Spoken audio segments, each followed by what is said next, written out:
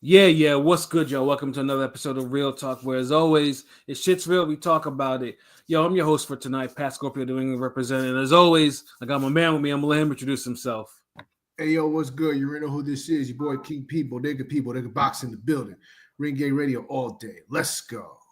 Yes, sir, man. And anyone that needs to be banned from the bodega for after Yes, this week?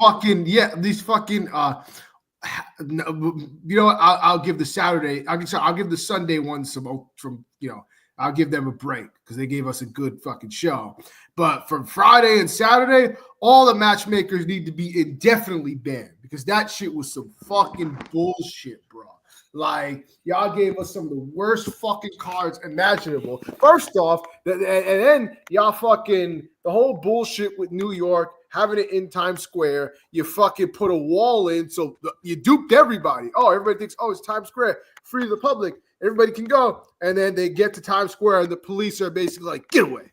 And yeah, so you all got duped because it was behind a wall and nobody could fucking see it. So, and people, people flew in. Like I heard phone calls on, podcasts there, and they flew out there for that shit. That's pretty fucking. But I'll tell you what, I'm sure Trump is going to get on the phone and fucking call Turkey Al Sheikh because Turkey's the only one that can get a fucking wall put up in this damn country. I'm sure Trump is jealous as fuck of that wall. Yeah, that shit is crazy. But yeah, no, we're definitely gonna talk about those cards in a hot minute.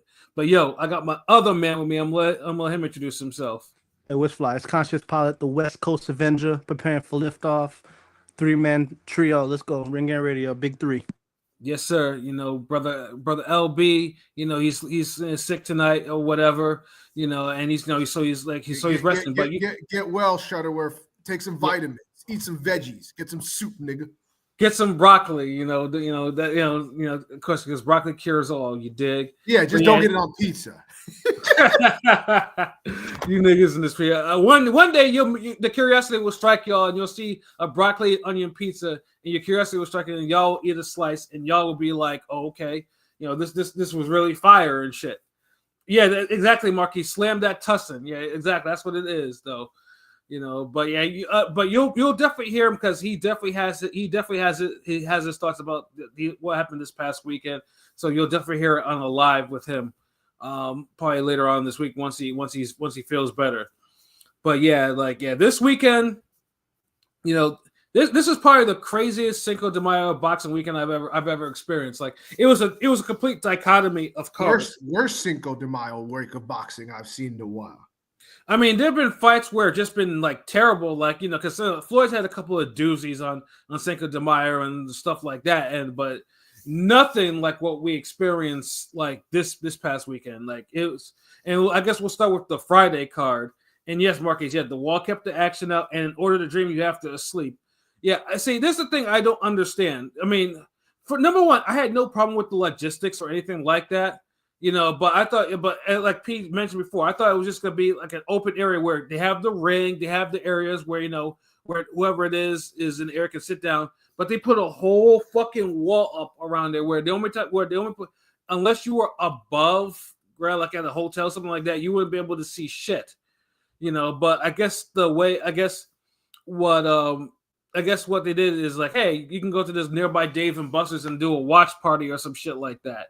I'm like, there are motherfuckers who probably drove. If you ever drove in that area at any point, you know how much of a pain in the butt that fucking is. Or you took the train during fucking rush hour to that area. I know P knows because that's his area, whatever. That's a whole pain in the ass. People kind of sacrifice a lot just to get there, just to even see that shit. Because truthfully, everyone bought into like oh, this is just like it's a free card because we've witnessed boxing cards before. We've on ships.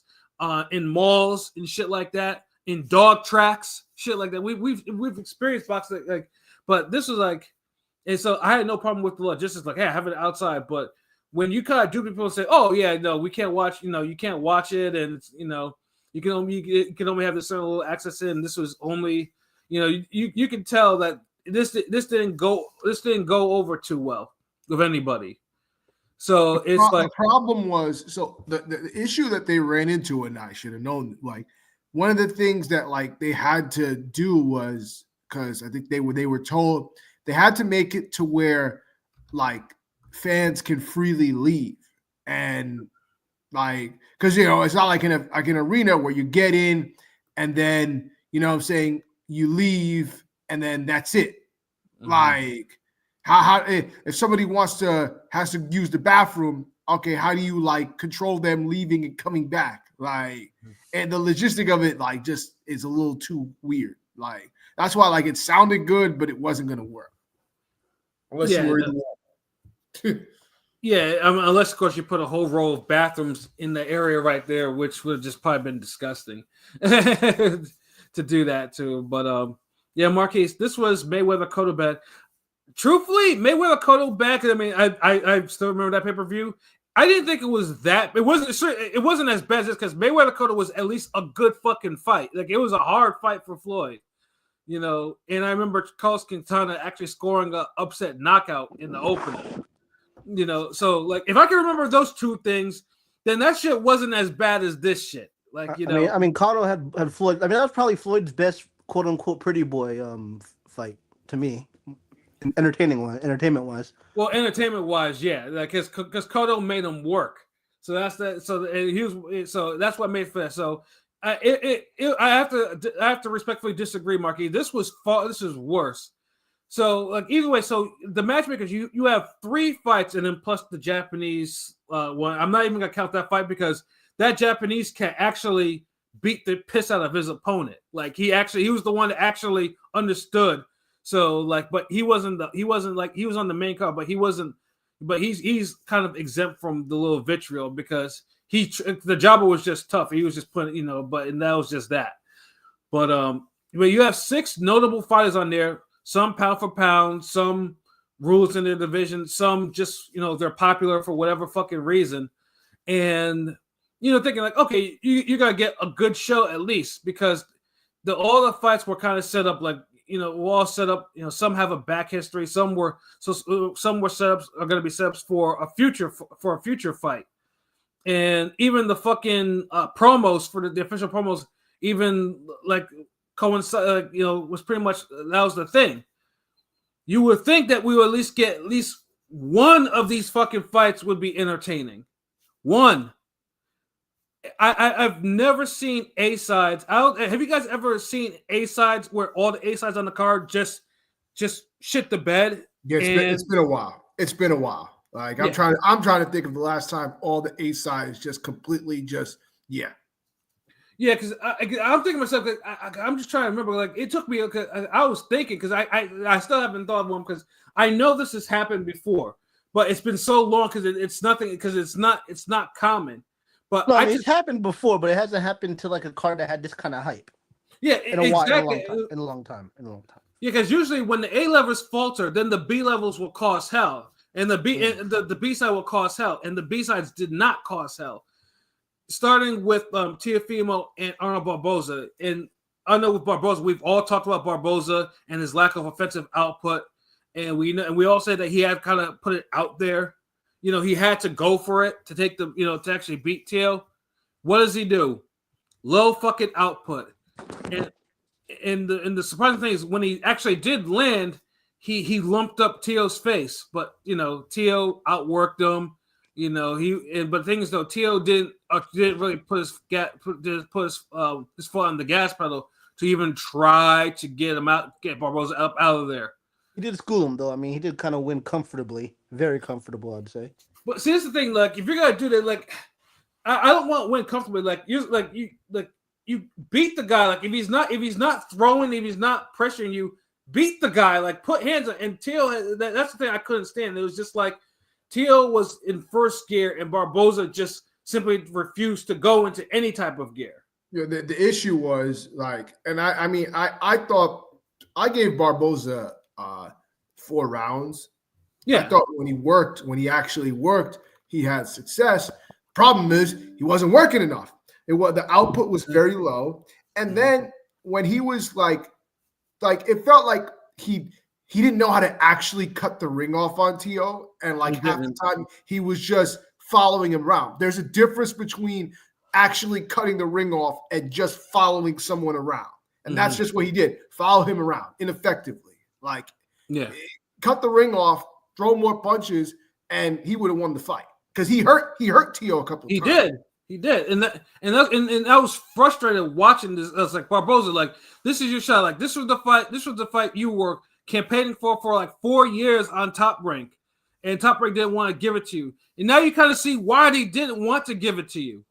You know, because it's just like you can't just have these performances where you're just not throwing enough to get out of there. And you see, and it was just like it was a mid performance. Like Tio's out here like talking this thing, but he was lumped up, you know. And it's like, I mean, I can't like, what kind of win is that? Seriously, like I know people were praising that win, but that wasn't a good Tio win because it's just that was it. That was I mean, would y'all say? Like, give him a B plus? I mean, he got hell no, like a B.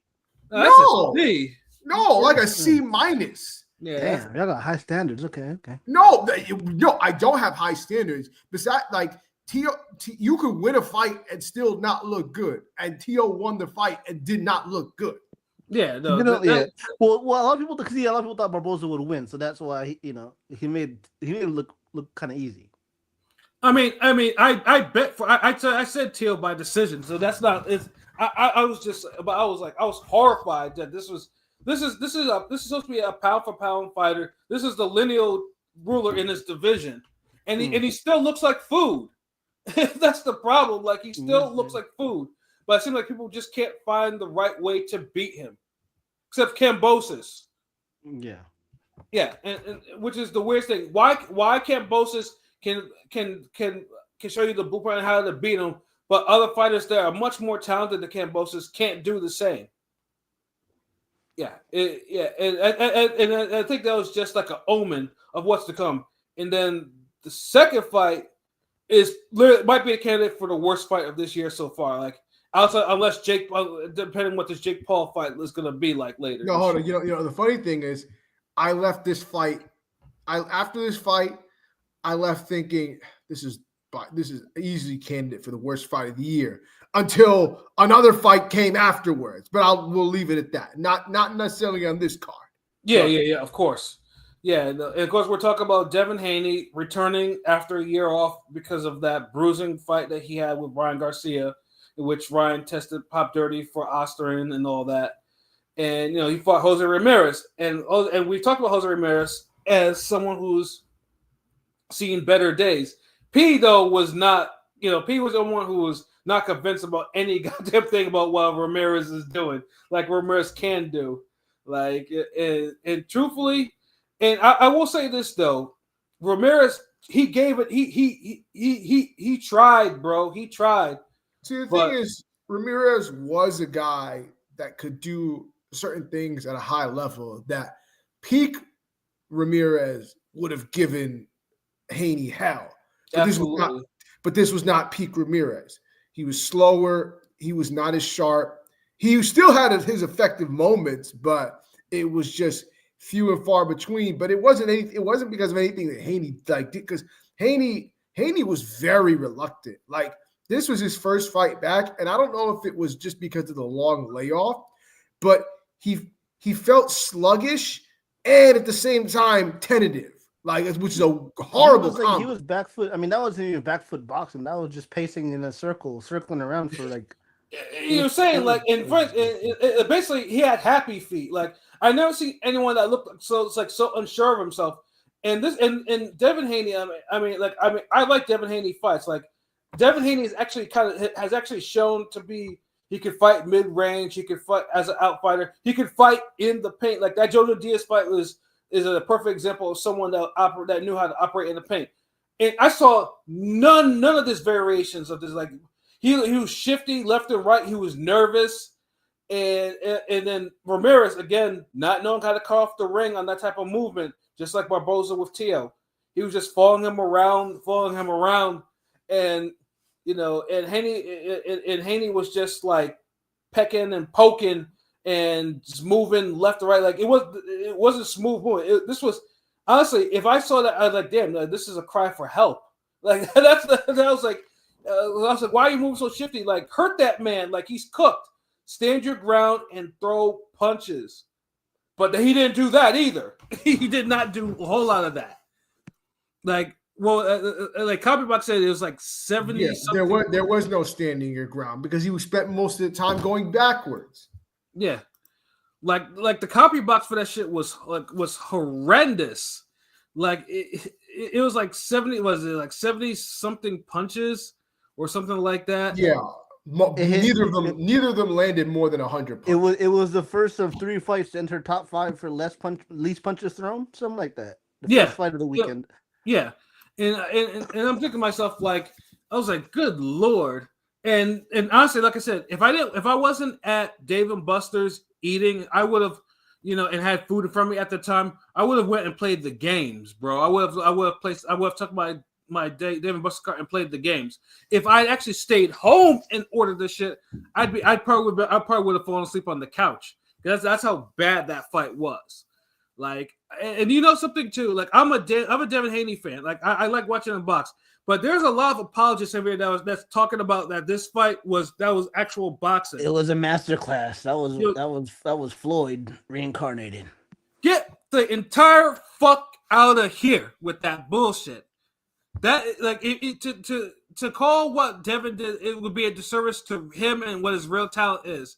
It's just like, I mean, I get it. He had nerves and stuff like that, but that's why whoever the matchmaker was put him in with Jose Ramirez, because Jose Ramirez was out here getting rocked by fucking Francis Barthélemy in fights, and was tentative against Jack Catterall, who doesn't throw. So if you have this situation, why couldn't you just throw? Like, you had a situation where you could have looked good, throw punches, landed punches, and if you didn't get them out there, but you worked at it, people would have just said, "Okay, good, you're back." But instead, it's just like now it's just like you're justifying people why people who don't like Devin Haney it's just justification because this fight was just it was trash. It was terrible. Like I had never been disappointed in Devin Haney before in my life. Just watching that performance, and even more with Bill Haney talking that Jose Ramirez had to go to the hospital. It wasn't because of any damage he took from fist. It was because he fucked up his ankles or foot, something like that, chasing this motherfucker around the ring. That's what it was. So it's just like, yeah, it was just an appalling fight. But like I said, like P said, there's another fight that was just as appalling. We'll get to that in a little bit, though. The main event one, I'm like, okay, the main event can't fail. You got Ryan Garcia, you got Rolly Romero, you got two offensive fighters. One of them is going to land on each other at some point, and someone both have clear flaws. Both have clear flaws and are vulnerable. Vulnerable. Yeah. And the person with the clear flaw was fucking Ryan Garcia, and Rolly was. And usually I shit on Rolly all the time, but I can't. Like, he's the only one apparently that knew what the assignment was. He knew what he had. I would say shouts out to Ismail Salas because he worked some wonders with Rolly in that fight. I don't know. Yeah. I think this is more a detriment to Ryan than anything else. But I gave credit to Rolly when he gave credit to Rolly. I mean, I think that double it was a horrible double left hook. But the fucking fact that he had Ryan in that awkward position where he couldn't dodge it was like, okay, knocked him down. Give him credit for that. I was like, I have to say we were all surprised, right? I mean, everyone in the restaurant said, "Oh," like it was a collective "oh" when that happened, because I was like, I'm thinking to myself, and the funny thing too is like, I mean, the history, like we all know that Rolly got the best of Ryan in their sparring sessions. So now it just seems like now that Rolly just has Ryan's number in some sort of way, and then when Rolly knocked Ryan down, that took Ryan mentally out of the fight, and then you got the tentative shit.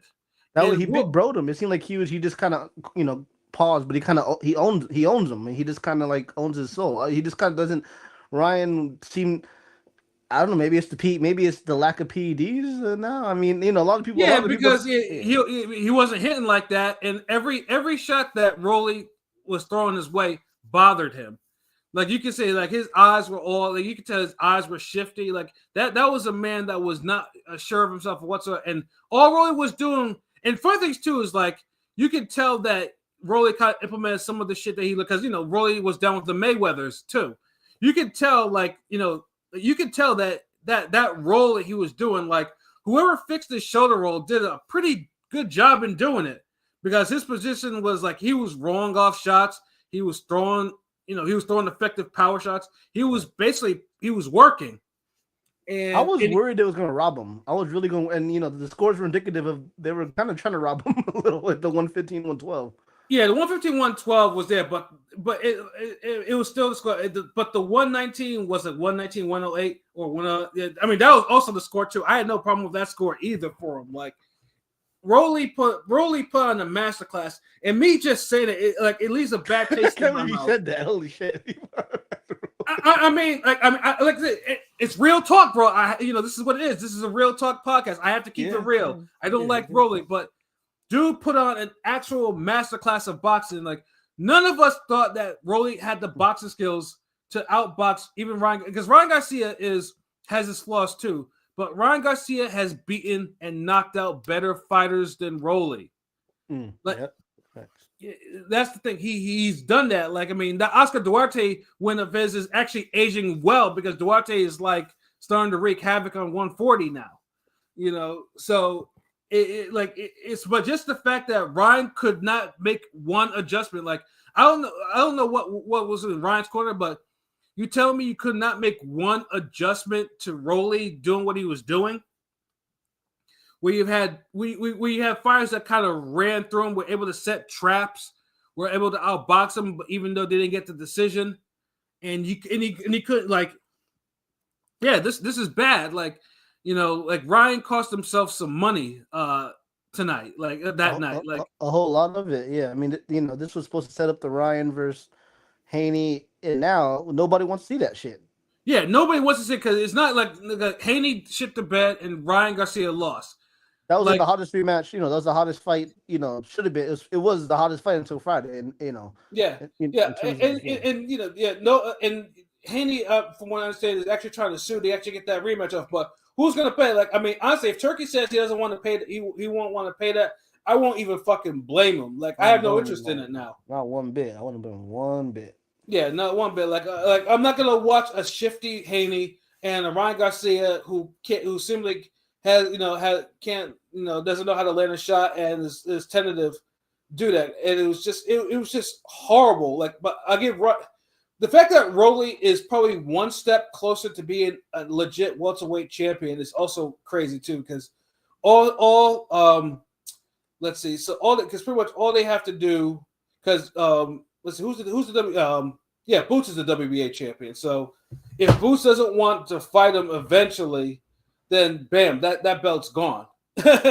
Hey, if it's already on boxing, I check boxing for the belt rankings. It already has Rolando Romero right under Boots as the regular champ. and like I said, but it's saying that if Boots decides he doesn't want to fight Rolly for the belt or whatever the WBA orders it, then Rolly becomes a legit welterweight champion, and that's just a whole bunch of fuckery right there too.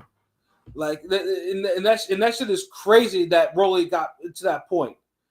But that fight was terrible. Like, I mean, outside of Rolly working like that and the knockdown, I think the only highlight was Rolly knocking Ryan down. That was the only true highlight of 3 cards with 6 notable fighters. Something went horribly wrong with this, and of course, the fighters didn't show up. They showed up and didn't show out. They looked like shit. Yeah, and like I said, if I was Turkey, Turkey obviously footed their purses and everything like that, and you can tell that motherfucker was when they showed the camera on him, he was pissed because he was over there with you can tell that motherfucker was twisting the top of his water bottle and shit like that. It wasn't open and shit. So that's like, but anyway, it kind of serves him right because of the major look that he kind of pulled with the crowd being able to watch the fight. So he does deserve this, but we didn't deserve to watch unmotivated fighters. Well, 5 out of 6 fighters that were unmotivated. And I know everybody peeped Ryan crying, and I don't care because he said to fuck all N-words and fuck all Muslims. So like I said, I mean, when even before he did all that, I call that shit. I was like, yo, he's a weight bully. Like I didn't want to hear nothing about that dude did really win. And when the Osprey hit, I was like, yeah, fuck Ryan. And then of course he crashed out, and like motherfuckers just really trying to sweep that shit under the rug. No, he lived like before he got popped. He was living off of it, like doing a victory tour. Just like what Belenga eventually ended up doing with Cano and shit like that. So yeah, no, fuck Ryan Garcia. Like I'm glad he's crying, and because he embarrassed himself because. You're not supposed to lose to Roy. Like, he had a lot of hype. He had a lot of, people are calling the junior face of boxing. A lot of publications are trying to push that narrative. He's the future face of boxing. I don't know, bro's cooked, and fuck him, I don't care. Yeah, and then Oscar too. Oscar had to eat crow because remember when Rolly got knocked out by Cruz? Oscar had that video out there, and then he just saw his fighter get outboxed by Rolly Romero. Like that's some vapor shit. Like you caught the fucking vapors, like. Rolly fucked up a lot of plans. So now, obviously, I'm pretty sure PBC's got to put him in. It's kind of move him accordingly now that he has this interim belt with him. But yeah, like this event, it was a complete failure, like and everything like that. And this is what Turkey, and this is Turkey coming off the whole Ben and Eubank, which is probably his most successful event financially. To this, like this was everyone ripped this apart. Everyone like. I think it was. I didn't know anyone who liked it. Like on boxing Twitter, everyone ripped it apart, even the ones that even fuck with Rolly. Like I fuck with Rolly, and I thought this was a horrendous event. Like it was terrible. But I'm happy for Rolly because Rolly comes across like a decent, a decent person. You know what I'm saying? So shouts out to Rolly. He got a much needed victory because if he lost this and got knocked out like we thought, it would have been over. Probably, you know what I mean? Yeah, it would have been over. Like he would have just been like. Yeah, you get because what are you gonna do? You get knocked out of the whole part for this by Ryan Garcia. Real quick, I saw him go live, and I don't know if I saw this, but he after the fight, and he was talking about how they didn't even give him a hotel. His money wasn't in escrow. They tried to fuck with his gloves. Like they really treated him like a true beast. True beast. He fucked up all the plans. It's pretty crazy. Yeah, Marquise Antonio Tarver sounded like he never seen these fighters. So before we go on to the other event, what do you guys think of like Lampley and Tarver and Mike Kopp's commentary? What do we think? Go ahead, B. Okay. Well, I was. I mean, it's music to my ears hearing Lampley. Lampley is the voice of everybody's childhood in here. So it was beautiful to hear Lampley. I like Tarver. I listen to Tarver's take sometimes, on YouTube and shit. But he was kind of hitting hard, and like Marquis said, he don't really be following with these guys like that. But Lampley is funny because Lampley is washed. I'm gonna just say that right off. Yeah, but he was shitting on them boys. It was kind of funny how you were shitting on them. It sounded like I said he's been out the game for a while, and it definitely sounded like it. He seemed like half the time he was kind of fanboying for the fighters that he liked. Like and Coppinger's ass. I don't need to ever hear Coppinger again on commentary. Coppinger, like if you want to keep him like as a quote unquote expert, like he gives you a soundbite here or two. Yeah, but he's not commentary material. And Tarver was like I said, Tarver's usually pretty. I guess Tarver's out of practice too because the last time we've heard him, he was on Pro Box, and he actually sounded good on Pro Box. Shout out to Marquise. Antonio Tarver sounded like he never seen these fighters. He did. Rob D was good. Sloot was good. RGR was good. Rob D. What's good, Rob D? He sounded like he had never seen these fighters. Yeah, that's right.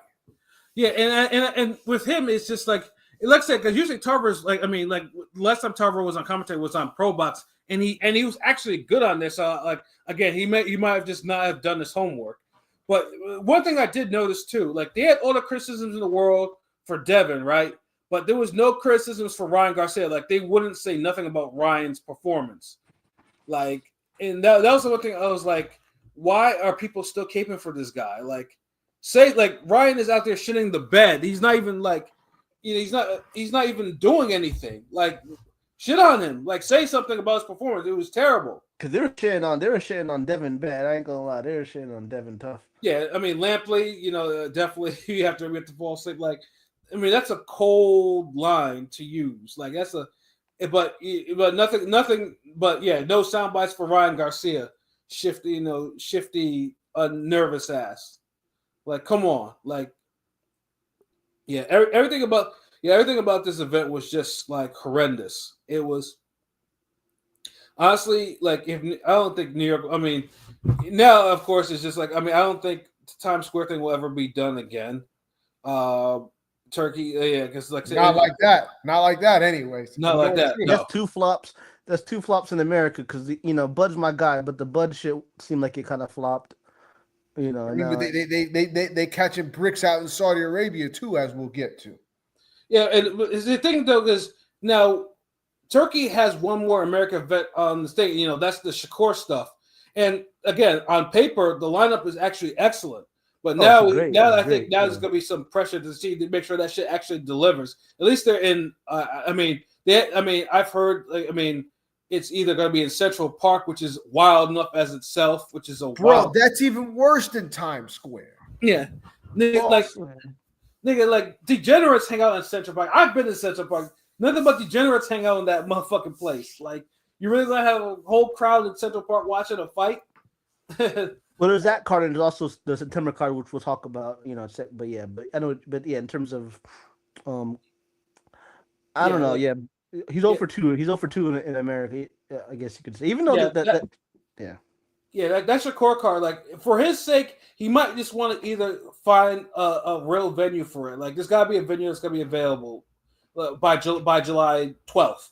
Like, you gotta put it in. You gotta put it in because putting it outside Central Park where where Times Square didn't work, so Central Park is not going to work. And I'd hate to see a card like that, which is good on paper, kind of like suffer for not get the proper attention it deserves because it needed that, and it needs a venue now. Like Turning Stone is put it in Turning Stone. I'd make another 5-hour drive to Turning Stone to watch that shit. But yeah, no. Yeah, Times Square was a flop and it was a disgrace. We have two fights. We have two fights in there that get on copy box for least amount of punches thrown in a 12-round fight, which is like horrendous. Now, Canelo and Skull, now we have kind of different parts. I know me and P have different things. Like, I thought the card was fine until the main event. And P didn't like any of it. G didn't like too much. Yeah, I was just, it was like, there was some parts I was like, okay, whatever, it's all right. And then as the card just progressed, I was just like, this shit stinks. Yeah. The opener was good, and it was opener. I guess had decent action compared to the rest of the fucking weekend with FA and Bacoli. Yeah, Ajaba and Bacoli, that was a good fight. Like I enjoyed the heavyweight. FA should have won that. I felt like. Yeah, and that shit pissed me off because the fucking wrong guy won, or the wrong guy. Like, it was a draw. So it was shit. Like Bacoli came in looking like an even fatter piece of shit that didn't do anything. Ajagba looked decent, nice jab, but then half the time he was getting rocked. And then fucking moving backwards and not doing enough. I still thought he did enough to win the fight, but it was by the end of the fight, I was like, oh, okay, this was a good fight to start off with. And then towards the end, I'm just like, okay, let's just get it over.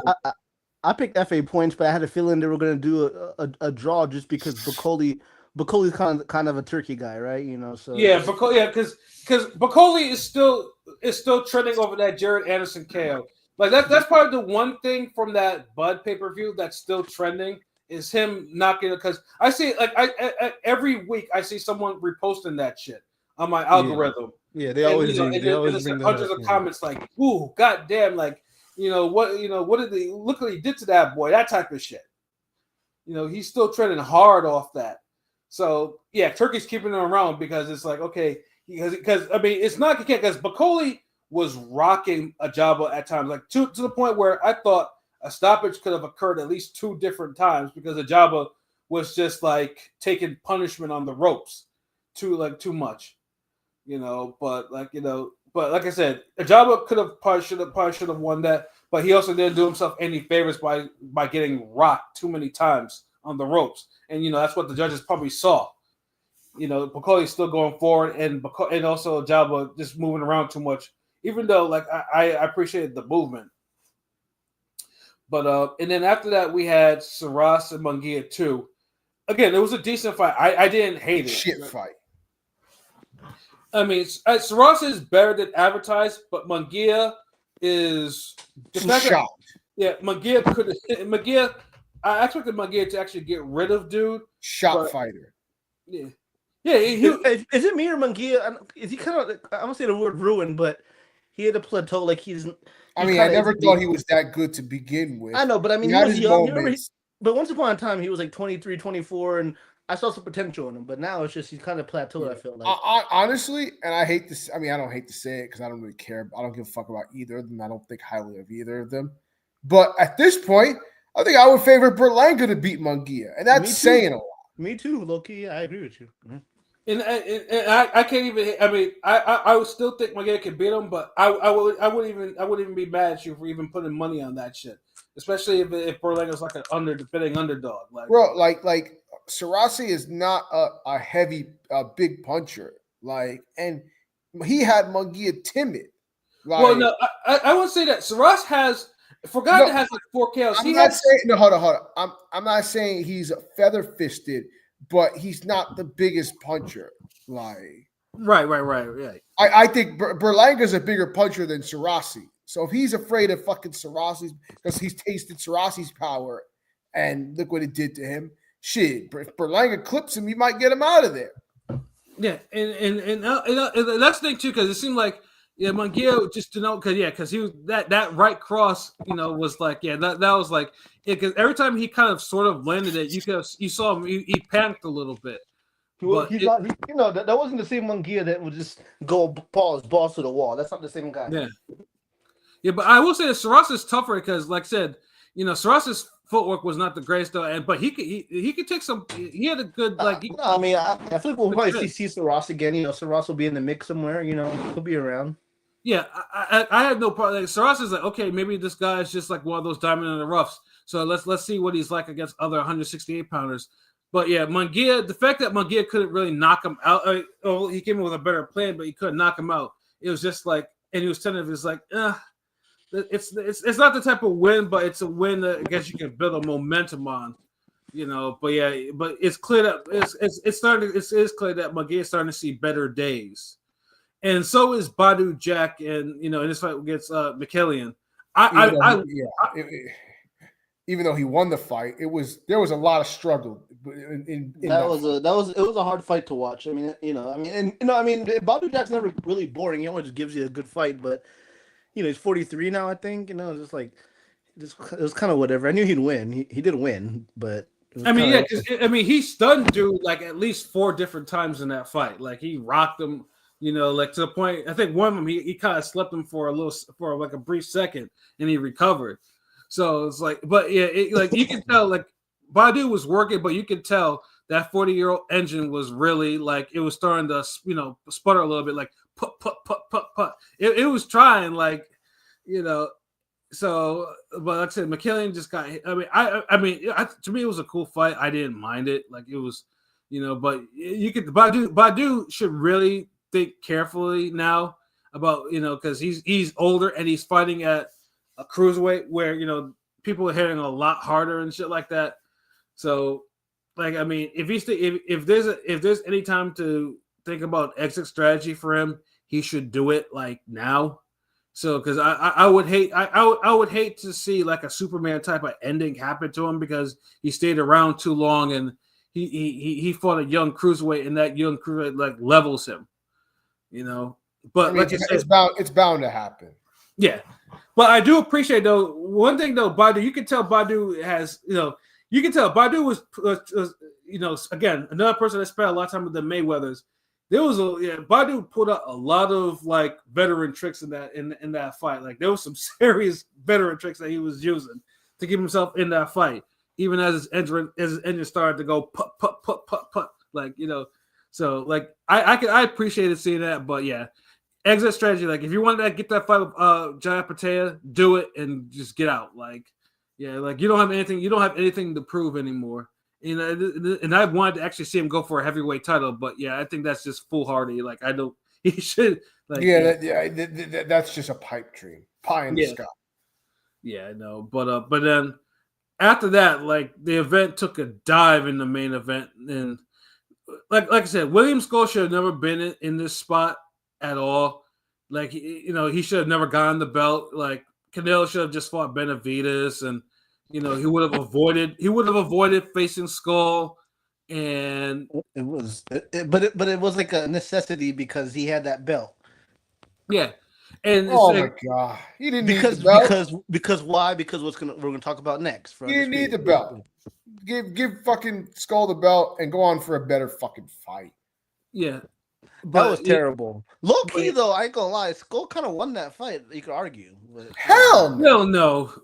I mean, hear me out. Canelo won the first round without landing a punch. Dude. Like, at times, Skull felt like he was a fucking Cuban Charlo. Like, bro, like, poke the jab and then back up. Like, he was like avoiding him half the fucking time. Yeah, like, and funny thing is too is like, and this is the thing I don't understand. The object of the sport is hit and don't get hit. What is this don't hit and don't get hit shit that I'm seeing? This was in the Friday card, and I saw that in this fight. Like, and this was number 3 in the copy box. Like, Canelo, you can tell Canelo's legs are shot because Canelo has fought movers before. He has fought movers before. He crushed Billy Joe Saunders with one punch. He fought Laura. He was able to land body shots on Laura when Laura was doing this thing. He's fought enough movers where he knows how to handle it. And instead, all he did basically, it was like almost like a glorified sparring session going slightly wrong because fucking Skull, because Skull was landing counters, but he was spoiling. Like, all he wanted to do was just move around the ring and just pot shot. Like, he was cracking Canelo in his forehead. You could tell Canelo was not happy with getting cracked in the forehead like that, and it was just like, but Skull just didn't want to engage, and he's like bigger than Canelo. Like, he just did not want to engage at all. He just wanted to move around the ring and just pecking and poking and shit like that. That is no way to win a fucking title from a champion, especially someone like Canelo. And Canelo just wasn't throwing. Canelo threw like 125 punches in a 12-round fight. What kind of shit is that? And this motherfucker had nerve to be all beat red and shit. Like he actually ran like 4 miles and shit. Like, you didn't throw anything. Why are you fucking flushed? Like, seriously. Like, it was a struggle. And this is when I was struggling to kind of stay awake because I was like, Jesus Christ, this is so bad. I remember I was drinking mad water, drinking love, just different shit. Yeah, like this fight should have never been. And Skull pretty much had a chance to do something, and he blew it. So whatever the millions that Turkey is facing, he's gonna go back to fighting fights that to a promoter that doesn't have a TV network, because literally that's what he deserves. He's gonna be fighting in Germany on Thursday our time, Thursday afternoon our time, Thursday at 2:00. Shit. Yeah, exactly, and he deserves it. Like, there's no sympathy. Like, you get a shot like this, and you decide to go move around and stuff like that. And then, one judge actually liked that shit because he gave Canelo fight 115, 113. He supposedly got $3 million for this, so they can't knock the hustle, I guess. But you got $3 million. But yeah, that he's never gonna see that type of purse again. Canelo got like what, 40, 50, something like that, maybe even more. And it was and Canelo was out there bitching too. Well, I don't like to fight these movers. Then why the fuck did you fight him? Yeah, if you didn't like to fight movers, why the fuck did you fight him? Oh, if you don't like to fight movers, here's a brilliant idea. Learn to fucking cut the ring off. Yeah. Canelo. Let me ask you real quick. Is Canelo washed? Yes. Yes, he is. To the point where we're arguing that, honestly, he's so washed. We are arguing about him, a guy that's coming up 2 weight classes, being a 50-50 fight with him. That is not a good. See, I'm a blood truther. I was favorite blood, but it worries me now because I don't care how you try to spin that. That is not a good thing. But it's concerning now. The new thing is now people thinking Bud's gonna win. That concerns me a little bit with this fight. Like, now that's all I'm hearing now. Bud's gonna win from random people. Yeah. So, Pilot, can you bring up the poll? 'Cause I think we definitely did a poll on that. You do one? Hold on. Let me see. Yeah, because I mean, honestly, it was such an anticlimactic. Like, because I mean, who's gonna want to hear like Canelo's next point? Like Canelo Crawford, if you're gonna announce that, should have had more pomp and circumstances type of shit. Like, it should have been like a big. Like hell, they don't even have an official poster. Like I thought that shit would have already been made. Shit was so awkward. Anyways, I got the poll. We did ask after last night, quote unquote, Saturday night's last fight. Are you more or less confident in Bud Crawford's chances beating Canelo? 14 votes. 79% saying they're more confident. 7 less. 14% saying the same. However they felt before. Yeah. And truthfully, like the fact that 79% said from 14, and I know that number will go up. I mean, can you blame them? Like you really can't. But the thing is, Bud will come to fight, right? So he's not going to be dancing like that. But Canelo looks so washed. Like whatever your foot, like Canelo never had the best footwork, but he had a little bit of diversity in his footwork. Now it's like maybe the plodding and everything has got to him. He just looks so sluggish and slow. Like it's kind of crazy. Yeah. He looks that washed to me, and like. Yeah, and the fact that I mean the knockouts have definitely stopped coming for him. So it's like the people you expect that he would knock out, he's not knocking them out. Like Skull, he didn't even come close to knocking Skull. Yeah, hurt him once. No, you didn't. And I mean, I know Canelo's been professionally boxing for about 20 years, a lot of tread on the tires, but he regressed a lot, and maybe he'll bring it for Bud. Maybe we'll see one last vintage Canelo, but I don't know. Yeah, I mean, and obviously with that fight, I mean, obviously as it's for September 12th. It's gonna be on a Friday night too, which is even more wild. Does not conflict with college football. Yeah, of course. Yep, because college football kind of rules sports. So they don't want to do that. So yeah, that's the crazy shit. It's on a Friday. A big fight like this is on a Friday fucking night. That's another reason why Canelo is doing the worst faces of boxing, because no way in hell the face of boxing should lose out on a Saturday. They should have that booked already. Yeah, or if not in Vegas, because I know book it somewhere else. But yeah, there's no way. Like there are other stadiums in Vegas. I'm pretty sure all of them are not being used for that particular day. But yeah, no, it was anticlimactic and it was awkward. Just announcing it, and it's like you could tell they were forcing it.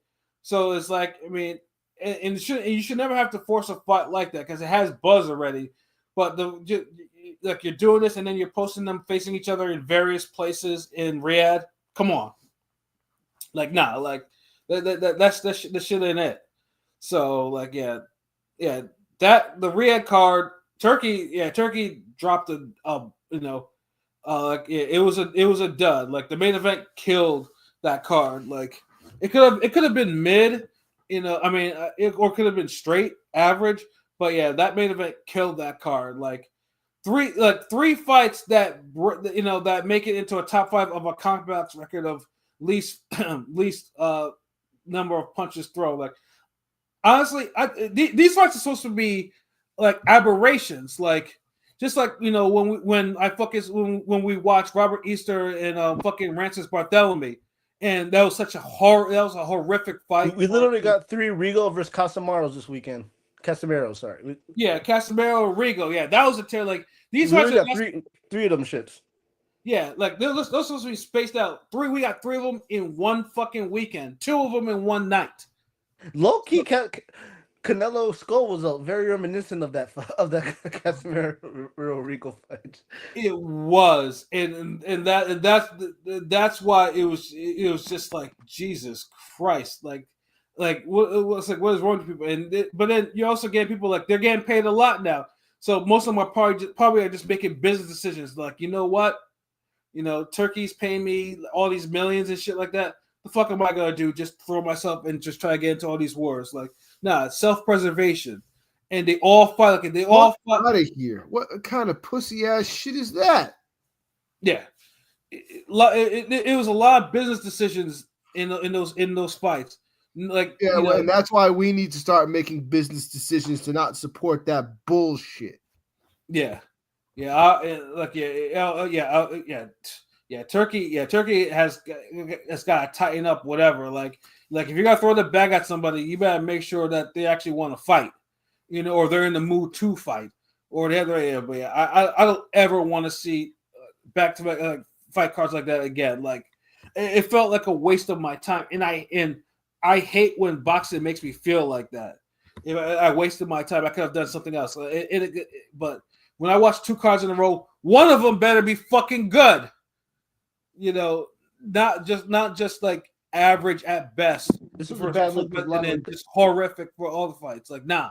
A couple of my friends who's like an MMA guys are trying to say, see what boxing. I'm like, man, fuck you. Because it was a bad look for boxing. For Saturday night, I was thinking, damn, Turkey's ruining boxing with some of the shit with these past 2 cards. It's a bad look. It was really bad. Really boring cards. Yeah. But luckily though, Sunday night though kind of restored the feelings. Kind of restored because pretty much it was so needed. And it was a fight that we didn't even expect anything out of. Of course, we're talking about the top rank card with Monster coming back to the U.S. after 5 years. Because last time he fought in the U.S., he fought in the bubble against Jason Maloney, and he's facing Ramon Cardenas, and Cardenas if you watch Pro Box, he's from the Pro Box circuit and everything like that. And shout out to Pro Box too. Pro Box is really you can tell now they're turning out quality fighters. Like anyone who goes through Pro Box and they go to another larger platform for whatever reason, they show up and they show out, which was what was very much needed. And before we get into that fight, though, we had the co-main with Rafael Espinoza and Edward Vasquez, and then in a pretty decent undercard, like Polanco, Polanco will probably be a star, at some point like that, but I like, he broke down Fabian Maidana, but Maidana is one of those guys that, it takes a while for him to break down, and you might not even put him away if you do it. It wasn't the best. I'm high on Polanco too, from 140 to 140 to 147. But it was, we expected him to stop him, right? But he showed some of his limitations or his flaws, I guess. Yeah, Polanco said that basically, I think he had like a hand injury, something like that, and that's what he did. Of course he did, right? Of course he didn't stop him. You don't believe him. I mean, I'll give him the benefit of the doubt because that motherfucker does punch with mean intentions. So I'll give him this one out, if he has had issues. Because Maidana, like I said, he's never been stopped. He won the fight. He won the fight. I mean, at least he didn't struggle with dude. He didn't struggle. Like another welterweight. But he got to stop with that bullshit ass shoulder roll, whatever. Mario. that shoulder roll was kind of trash. I ain't gonna lie. Yeah, no, it is trash though. And Maidana is just and like I said, Maidana, he's tough though because he was taking a pretty steady beating. Like the fact that he dropped in the last round, after that, tough guy, but Polanco could have stopped him. Now, if obviously it was a 12-rounder, then he probably would have stopped him because he was ready to go. And then we had knockouts, Art Barrera Jr., one of the prospects, and especially Emiliano Vargas, who again makes me feel old every time I watch him fight because it's geez, even he's out. These Vargas kids are out here doing stuff. And then that Japanese puncher Nakano. he looked good. He looked real good. Yo, Japan is starting to turn out some real hard punchers. Like I'm trying. Where's this? Honestly, Japan is gonna really turn boxing on its head in probably the next 5 years or so because they keep churning out all these monster fucking punchers. And he's a featherweight too. Nakano's if he signs to top rank might need to be careful about who they kind of put him in the ring with. Because he beat the crap out of that guy. They should make him versus Aleem. I don't know if he's ready yet, but fucking Aleem doesn't look. Aleem, who opened the card, was kind of boring. Yeah, Aleem was actually the only down point, and that's crazy because I thought Aleem was the truth. I thought Aleem would actually had something, but I don't know. Like I don't think he's ever kind of regained any type of his momentum after that. After Goodman beat him, he hasn't been the same. It feels like. Yeah, he hasn't been the same. But to the co-main, like Espinosa and Vasquez, like that was a hard fight. Like shout outs to Vasquez who understood, unlike the other people on the other two cards, Vasquez understood that he was fighting for a title and he came to fight and he brought the fight, even though he had a height and reach disadvantage, he still came to fight. Vasquez tough. He's tough as hell, man. Salute. He's a dog. He's a warrior. Yeah. But Espinosa is a fucking cheat code. That's the problem. Like that motherfucker is working. Like, he's a nightmare to face. Like tall. That him, the size and the ferocity. Yeah. And he actually for anybody. And for a pause, like a guy his length, he actually uses his reach. He actually uses his size, which is a lost art. If you have an advantage with your height and your reach, he actually uses it to some degree. Well, yeah, he uses his size. The reach, not as much.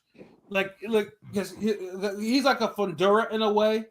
Like but yeah, I can see that. Yeah, but he punches incredibly hard. That's the thing. Like people are the kind of dissuaded to kind of trade with him like that. And Vasquez tried though, but Vasquez was just eating uppercuts and right hands and left hooks, like and then that fucking fucking Killer Instinct combo that he got annihilated by. Like I never say, like Espinosa was like, okay, yeah, it's time for you to go. Trapped him and just let loose like 8 fucking punches on him. Like, geez, like, yeah, like Espinosa is gonna be a huge problem at featherweight. And Vasquez has nothing to be ashamed of. Like, I mean, it was a good performance. He wanted it. He just fell short. But Espinosa is going to be one of the ones. Espinosa is going to be a problem at featherweight. And I know Shushu was in the audience. And I know that everyone's pretty much saying that should be the fight for Espinosa. No. But do y'all think Espinosa is going to be at 126 that much longer? He's a big dude. I mean, I know he's one. Like I see them trying to make a Navarrete fight or something at 130. I don't know. I mean, that would be a great fight too, but I mean, it doesn't seem like he's. I mean, right now, I think featherweight's probably the. I mean, it's a division that's kind of popping right now. There are people that he can face, and he's clearly like. I mean, he's a dominant featherweight champion, so I can see him sticking around. And then Shushu wants to smoke, so. But yeah, no, I definitely want to say it because I know Shushu. I mean, I know it's talked about fighting Monster and stuff like that, and getting a 126 belt will get you on that radar if you actually do beat him. But that was. Oh, go ahead. No, I was saying yes, it will. It'll fast track him, but absolutely though. But yeah, Espinosa is going to be a huge problem at featherweight for as long as he holds that belt. And we'll see. I'm sure we'll see Vasquez back, maybe back at 130. But he'll be, that was tough beating. But he's a game competitor. He'll be back for sure. Yeah, like I said, this is a guy that Ray Ford arguably lost to and gave Cardenas a super hard fight. So he arguably beat both. He arguably beat both of them. Yeah, he arguably beat both of them. Yeah, so that's what makes that victory more impressive. Because Vasquez was like, yeah, people didn't want problems with him, but Espinosa took the fight and it pretty much beat him down. And sort of like I thought how that main event was going to go with Monster Cardenas, though. But I don't know what it is with Monster. Like, do you guys think that Monster's starting to become a little sloppier now, or maybe like the wear and tear of his fights? I don't think he's becoming sloppier. I think he's going up against guys that are now bigger punchers and might be able to catch him more at times. So he's going to have to be a little bit more careful, but it just is what it is. So, but he still boxes just fine. I haven't seen a slippage in the actual boxing. Yeah. Go ahead, my bad. No, it's just he gets, he's going against bigger guys. So it's going to happen more here and there. And I think he's, him being 33, I'm not saying he's getting old, but he's at the age of those weights where they kind of decline. So it's, I mean, I think that's the thing with that. He might, I say he's declining, Anyway, but he's 33. I don't think he was. I think He's he just turned 33. 35. He I just thought he turned was 30. like. Hold I on, thought hold he on. was like 31, You know, 32. he's 32. I guess he's 32. My bad, 32. He turned 32. 32 I was last gonna month. say. But still, I mean, it's still in the rough. I mean, it's still kind of the age where you see those lower weights kind of fall off a little bit. So Yeah, no, I hear you, but yeah, no, but I'd say though that knockdown that Cardenas, like the Neri one was because he managed to kind of catch Monster off balance in that one, and then Monster was kind of rolling in the direction of that punch that left hook he took, so it was kind of like low key that like it took some sting off this one.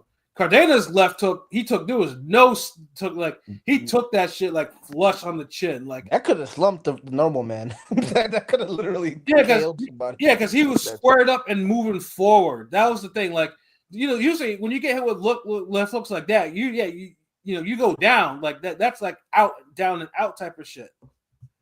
But he took the 8 count. He looked to his corner, and he got up, and it was on too. Like Cardenas was throwing like fight-ending hooks. Like he was trying to take Monster's head off. And even another thing that he was doing was body shots. Like Monster, I've never seen Monster so uncomfortable with the shots he was taking since probably the first Donaire fight. Because Donaire was at least cracking them with hard counters. But no one was really going to his body like that. Like Cardenas was going to his body, and you see Monster's face. You see him, he was getting backed up. You see him like you see him like you hit him in the body. He was stopping. He had to like reset. Like Cardenas was giving him all types of these issues, and he was just fighting him hard, and it was taking these shots, and it was just like, where is this coming from? I know most people were talking about, oh, this is the turkey curse. This is the turkey curse. This is what it is. Like it spreads a monster.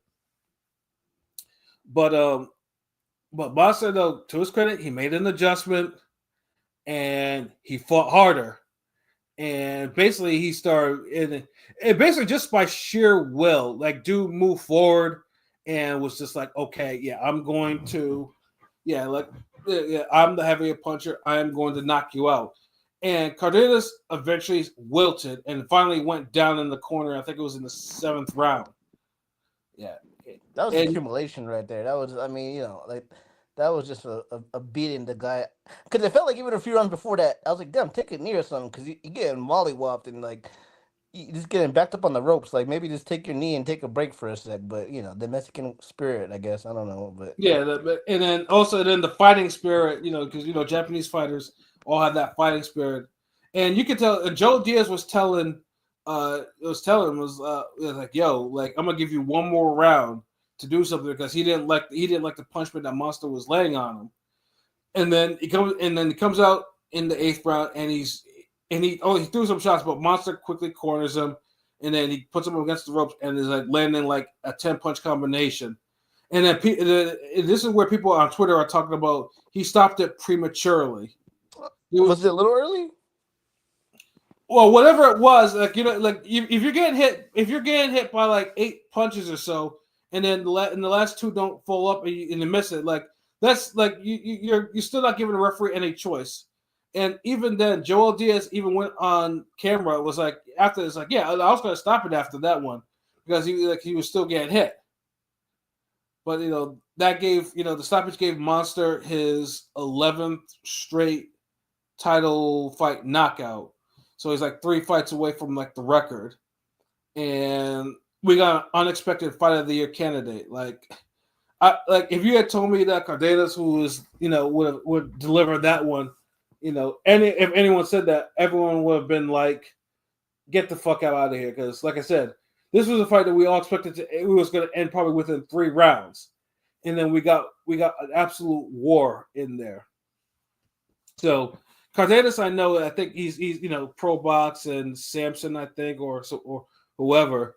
But he's going to get a lot. He's going to get a lot of offers for fights right now. And truthfully, he deserves it. Like, because he's an actual like Lyft driver or whatever. And Top Rank be putting this bullshit in the graphics all the time. Do people really have to? Do you really have to put in the graphic that dude was a driver just 2 years ago? Like, come on, Top Rank.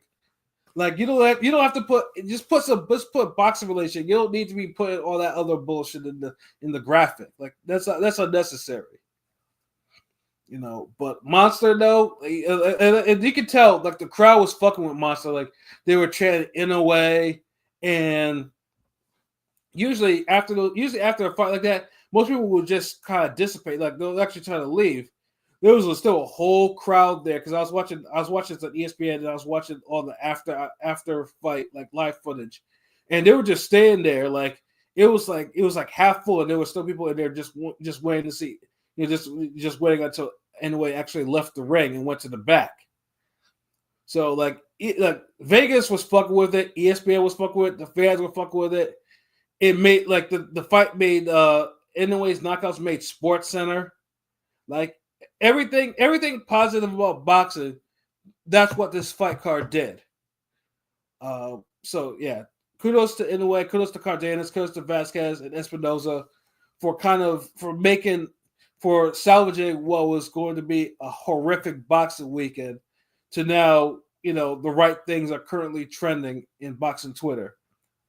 And with Monster, obviously, Akhmadaliev announced Akhmadaliev is the next fight in September, and then either probably Ball or Nakatani after that, depending on, obviously with more of Ball still champion. But ESPN like I didn't go to bed until damn near 2 because I had a boxing rush, so I had a hard time kind of like like going to bed. So I was on fucking YouTube's like watching the fight and watching other stuff and fights and stuff like that. So cool, but that's the way boxing should make you feel. Like, boxing should not make you feel angry or pissed that you wasted your time. And for that I'm thankful for Top Rank, for saving the day. And I hope more people will put more respect on Monster's name instead of the usual old bullshit. But I guess time will tell. We'll see how that goes. But that's what I said. It was a unique Cinco de Mayo weekend, and it was just I hope to never have a boxing weekend like that ever again. And with regards to boxing for this coming weekend, there's actually interesting fights. Top Rank, of course, has a card on Saturday where Navarrete, he's back in action.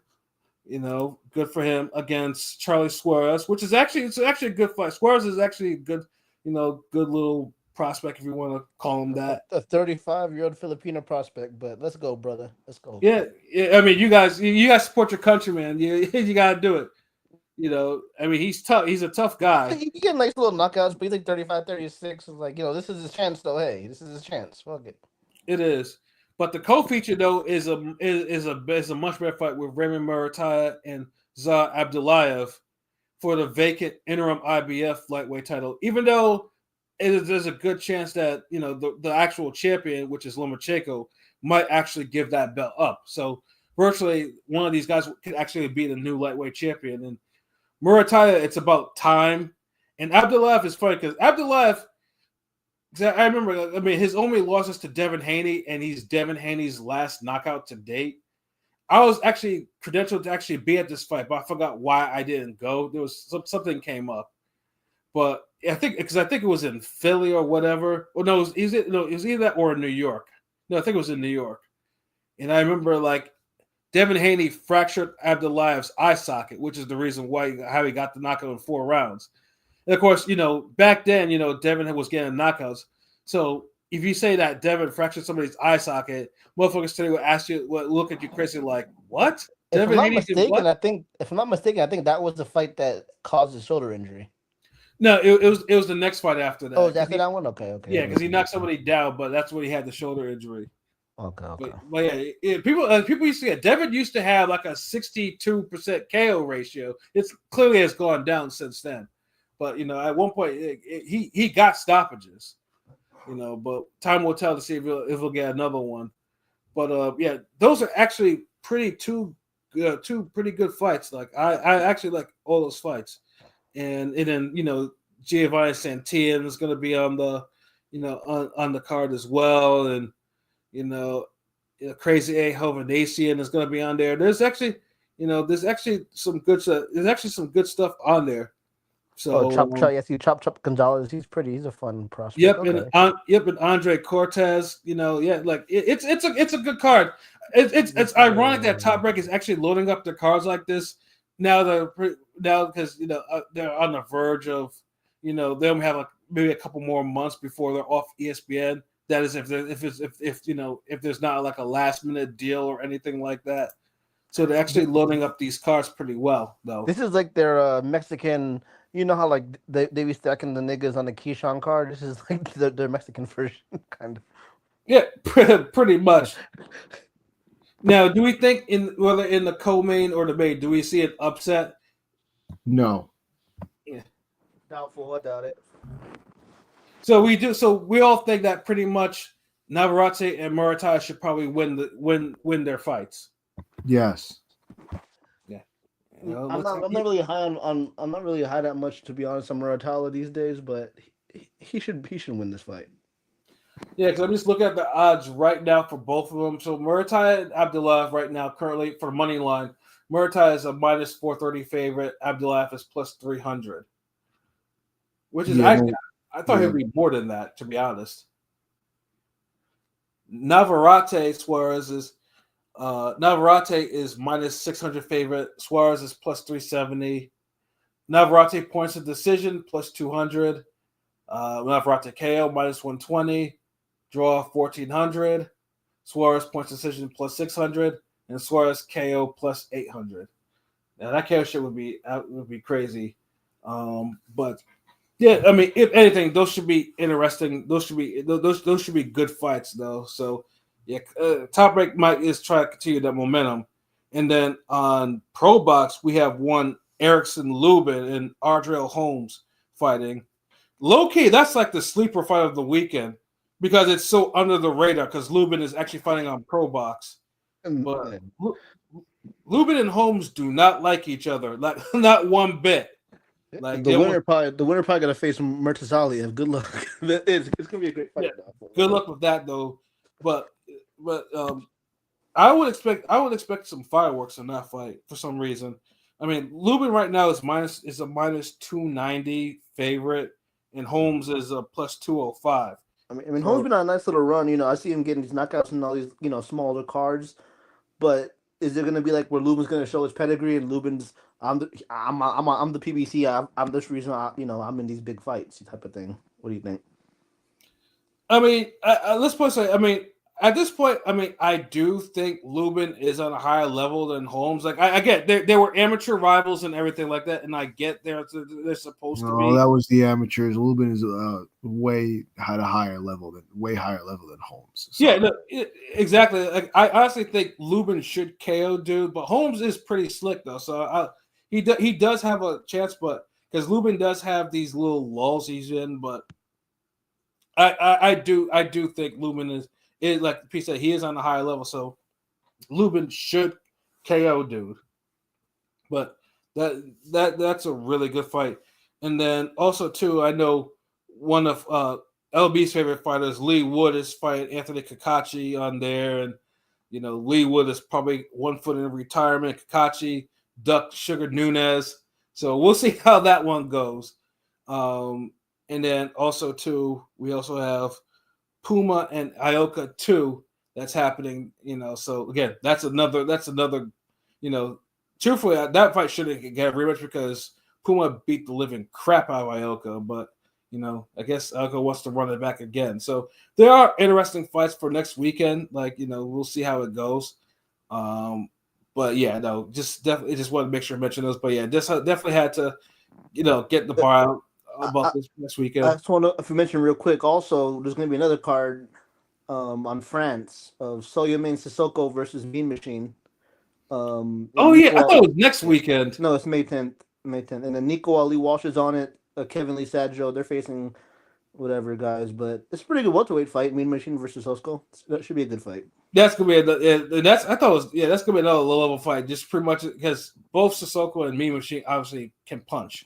So Yeah, like that's gonna that be a should be decent- that should be like there's plenty of boxing for next weekend scattered all over the place, but it's there. You can I think they're all pretty much you can televise. But yeah, no, I think we've come to the end of our show. Do we have any last minute thoughts before we get up out of here? Let's hope for better weeks than this week because